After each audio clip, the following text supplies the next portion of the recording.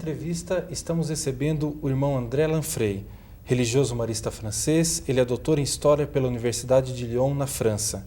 É especialista em História da Educação e coordena a Comissão Internacional do Patrimônio Espiritual Marista. Autor de vários artigos sobre a história de Champagnat e a espiritualidade marista. Participam conosco desse bate-papo João Luiz Fedel Gonçalves, do Setor de Vida Consagrada e Laicato, e Lúcia Coelho, do Centro de Espiritualidade e Vivência Marista. Irmão Lanfray, obrigado por sua presença. Irmão, quem era Marcelino Champagnat? Marcelin Champagnat est le fils d'un paysan du village de Marle en France, dans une région de montagne, et il naît en 1789, en même temps que la Révolution française. Il devient prêtre en 1816, en même temps qu'il devient membre de la Société de Marie, projet de nouvelles congrégations religieuses. Et il fonde dès 1817 la congrégation des frères maristes et il meurt en 1840. Ele é filho de camponês e gostaríamos de saber quais as influências de sua família na vida de Champagnat. Alors, d'abord, pour son éducation religieuse, il y a sa mère et sa tante qui est une ancienne religieuse chassée de son couvent par la Révolution française. Du côté de son père, il y a toute une formation technique au métier manuel, la menuiserie, le travail du bois en général et évidemment les travaux agricoles. Mais son père semble lui avoir communiqué aussi un certain goût pour la vie publique et peut-être même une certaine ambition sociale. Son père également, étant membre de la confrérie des pénitents, a dû avoir sur lui une influence religieuse, mais il est difficile de l'évaluer. Irmão Lanfray, o senhor poderia trazer para nós 2 ou 3 episódios que tenham sido mais marcantes na vida de Champagnat? Il est difficile de choisir parmi les événements marquants. Je crois qu'on peut parler de l'année 1804-1805, celle où il choisit d'entrer au séminaire et donc de faire des études longues, bien qu'il ait de grosses difficultés d'ordre intellectuel et même financier, parce que ces études vont coûter cher à la famille. On peut aussi parler de l'année 1816, où il fait 2 rencontres fondamentales. D'abord avec un jeune homme agonisant qui s'appelle Montaigne, à qui il donne le sacrement des mourants après l'avoir instruit, et aussi la rencontre avec un jeune adulte, ancien soldat, qui s'appelle Jean-Marie Grandjean et qui sera son premier disciple. Il y aurait d'autres dates importantes, mais on ne peut pas tout dire. Irmão, sabemos pela história que o pai de Champagnat era revolucionário. Nós podemos afirmar que Champagnat foi revolucionário como seu pai? Alors, on ne peut pas définir Jean-Baptiste Champagnat comme uniquement révolutionnaire. C'est une personnalité beaucoup plus complexe. Il semble qu'il ait considéré que l'appartenance à l'idéal révolutionnaire n'était pas en opposition avec sa croyance religieuse. D'ailleurs, au début de la Révolution, personne ne voyait d'opposition entre révolution et religion. Il semble que son père, donc le père de Marcellin Champagnat, ait persévéré plus que d'autres dans cette attitude on pourrait dire, d'essai, de conciliation entre religion et révolution.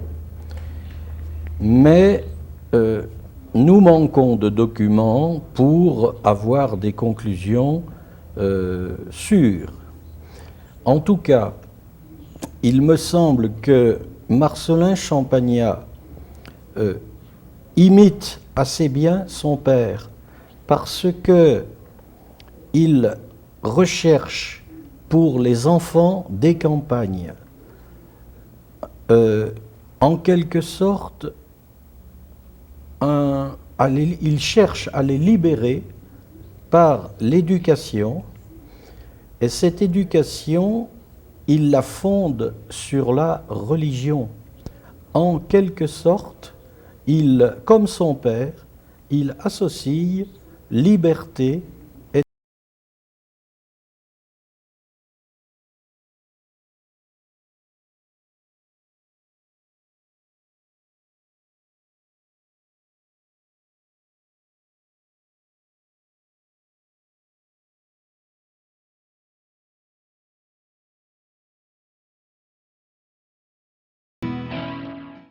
Irmão, o senhor tem dito em suas palestras que Champagnat era um homem de seu tempo.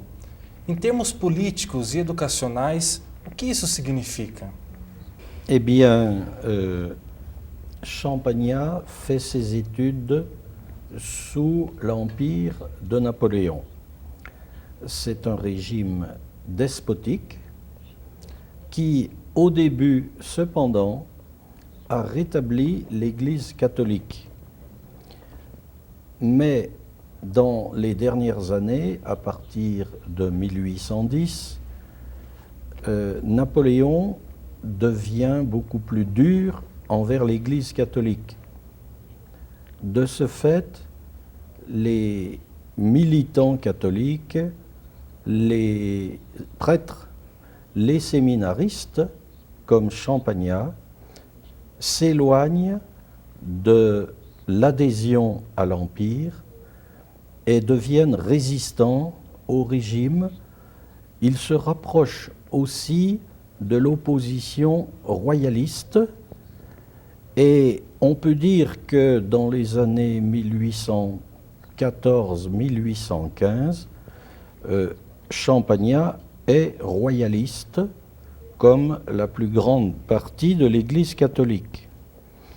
Puis, au début de la restauration de la royauté, eh bien, ce royalisme prend une coloration politico-religieuse. Et Champagnat semble avoir participé au projet de restauration de la religion en France avec l'aide de l'État. Mais vers 1826, il prend du recul par rapport à cette attitude et il considère que son œuvre est essentiellement religieuse. Et en 1830, il demande aux frères de chanter tous les matins le Salve Regina pour bien signifier que son institut dépend de Marie, c'est la seule royauté qu'ils reconnaissent et donc il a pris une attitude assez neutre en politique. Au niveau de l'éducation, eh bien, Champagnat cherche à introduire la modernité politique dans des campagnes où les écoles sont aux mains d'instituteurs qui sont en même temps sacristains, chantres, écrivains publics et qui sont très peu compétents bien souvent. Pour lui, ces gens qui pratiquent très peu la méthode pédagogique moderne, eh bien, il faut les remplacer. Voilà, on pourrait dire, l'essentiel de son attitude politique et de son attitude éducative. Podemos falar de Champagnat educador? E quais seriam os principais aspectos de sua pedagogia, de sua ação pedagógica? Oui, alors Champagnat veut que les frères soient des catéchistes, c'est-à-dire que les enfants doivent apprendre la lettre du catéchisme, mais la mémoire ne suffit pas. Il faut que la parole du catéchisme leur entre dans le cœur, qu'elle soit pour eux une parole vivante. C'est pourquoi il demande aux frères de donner le bon exemple aux enfants, d'être pleins de douceur envers eux, mais aussi d'être vigilants afin d'éviter qu'ils ne s'abandonnent à leurs défauts. Par ailleurs, Champagnat évidemment envisage l'apprentissage de la lecture en même temps que le catéchisme. Et il a pour but aussi, comme je l'ai déjà dit, de donner aux enfants une méthode d'apprentissage efficace, qui ne soit pas anarchique, mais au contraire, qui leur apprenne vraiment quelque chose et qu'ainsi ils puissent, dans leur vie adulte, devenir des gens correctement cultivés. Nós sabemos que no tempo de Champagnat haviam essencialmente dois métodos de ensino, um método mútuo e o método simultâneo. Champagnat chega a fazer opção por um desses métodos. Como que ele se situa nesse contexto pedagógico? Oui, alors la méthode simultanée a été inventée au XVIIIe siècle par les frères des écoles chrétiennes et elle consiste à enseigner à un même groupe d'enfants ensemble. Alors qu'auparavant, on enseignait aux enfants un par un. Cette méthode invente ce que l'on appelle la classe. C'est la méthode catholique par excellence, tandis que la méthode mutuelle vient d'Angleterre et elle consiste à enseigner à un très grand nombre d'enfants avec un seul maître qui se fait aider par des moniteurs, d'où le nom de méthode mutuelle.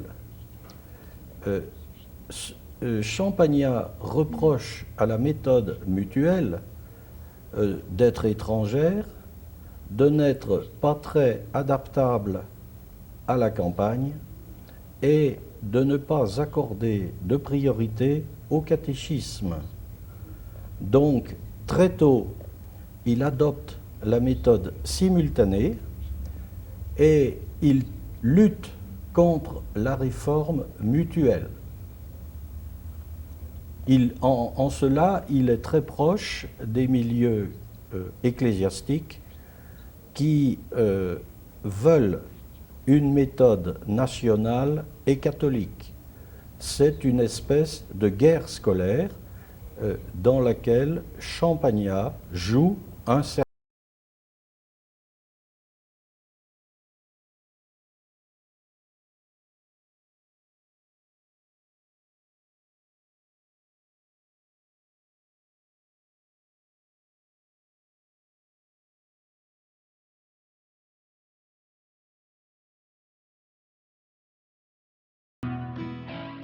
Irmão, o que é a Sociedade de Maria e qual foi de maneira especial o papel de Champagnat dentro dela?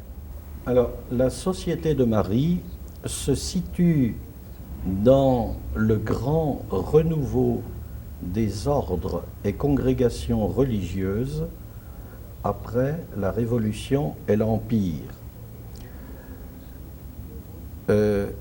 Les premiers maristes veulent créer une société pour les temps nouveaux.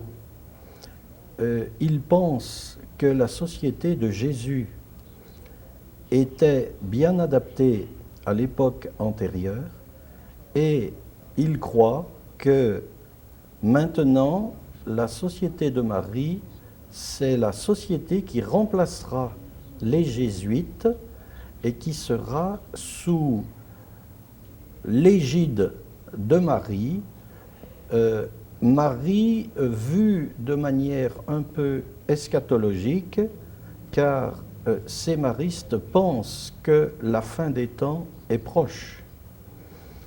Le premier des maristes s'appelle Jean-Claude Courveille. Dans la cathédrale du Puy, en 1812, il pense avoir une inspiration venue du ciel qui lui demande de fonder cette société. Et comme il termine ses études à Lyon, au grand séminaire, il persuade une douzaine de ses collègues de le suivre dans cette voie. Et parmi eux, il y a Marcellin Champagnat. Ces maristes considèrent donc que leur société est destinée à être le prototype d'une nouvelle Église qui va reproduire l'Église primitive où les apôtres agissaient sous l'inspiration de Marie et ainsi ont généré l'Église qui évidemment se répandra ensuite.